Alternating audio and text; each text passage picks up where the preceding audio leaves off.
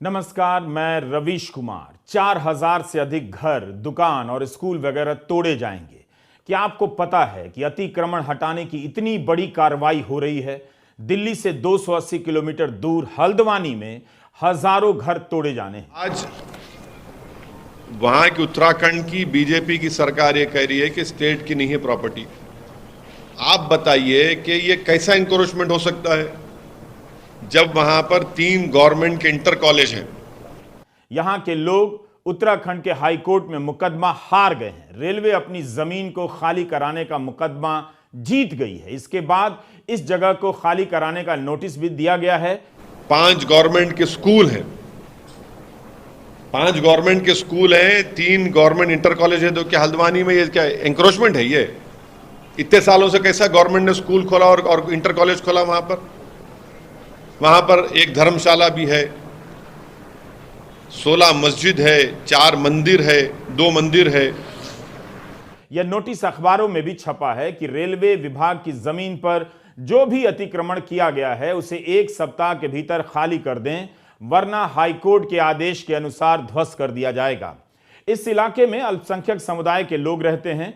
70,000 से ज्यादा लोग बर्बाद हो जाएंगे अगर उनको निकाला जाएगा। तो हम देश के प्रधानमंत्री से अपील कर रहे कि इंसानियत की बुनियाद पर भारत के प्रधानमंत्री, भारत के वजीर आजम को इन लोगों की मदद करनी चाहिए, इनको वहां से नहीं निकालना चाहिए।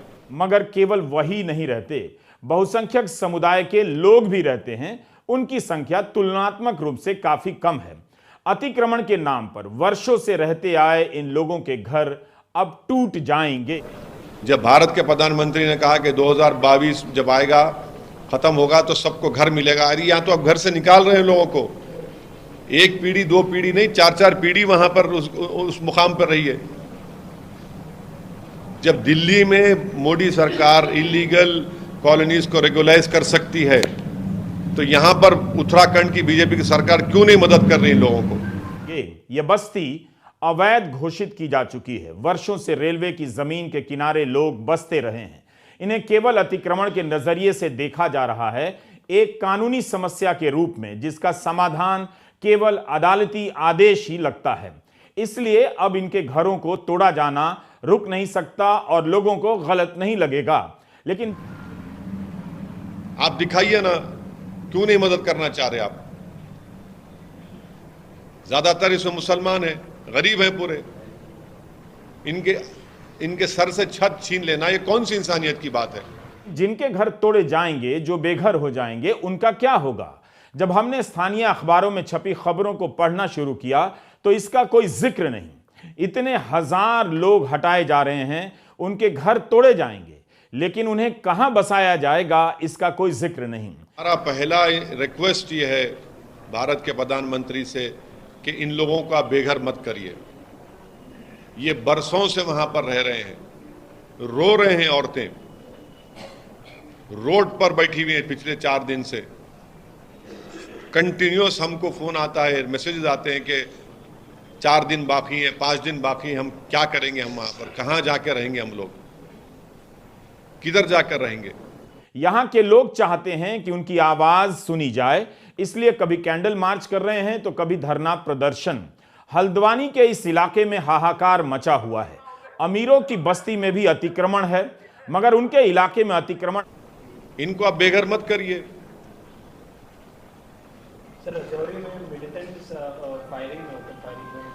हाँ, अब आप सुनिए, डिमोनेटाइजेशन जब हुआ था, क्या कहा था बीजेपी ने?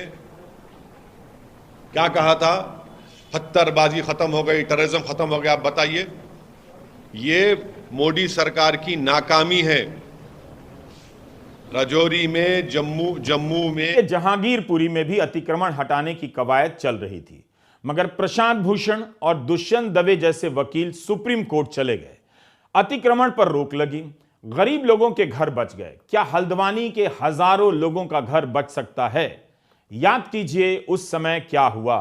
चीफ जस्टिस का आदेश था कि अतिक्रमण पर रोक लगे, मगर आदेश का पालन तुरंत नहीं हुआ। कारण बताया गया कि आदेश की कॉपी नहीं मिली है। दिल्ली में सुप्रीम कोर्ट है, दिल्ली में जहांगीरपुरी। जब वकील दुष्यंत दवे ने चीफ जस्टिस को जानकारी दी कि इससे गलत संदेश जा सकता है, तब चीफ जस्टिस ने सुप्रीम कोर्ट की रजिस्ट्री के अधिकारियों को आदेश दिया कि तुरंत अफसरों को आदेश के बारे में बताया जाए और अतिक्रमण हटाने की कार्रवाई रोकी जाती है।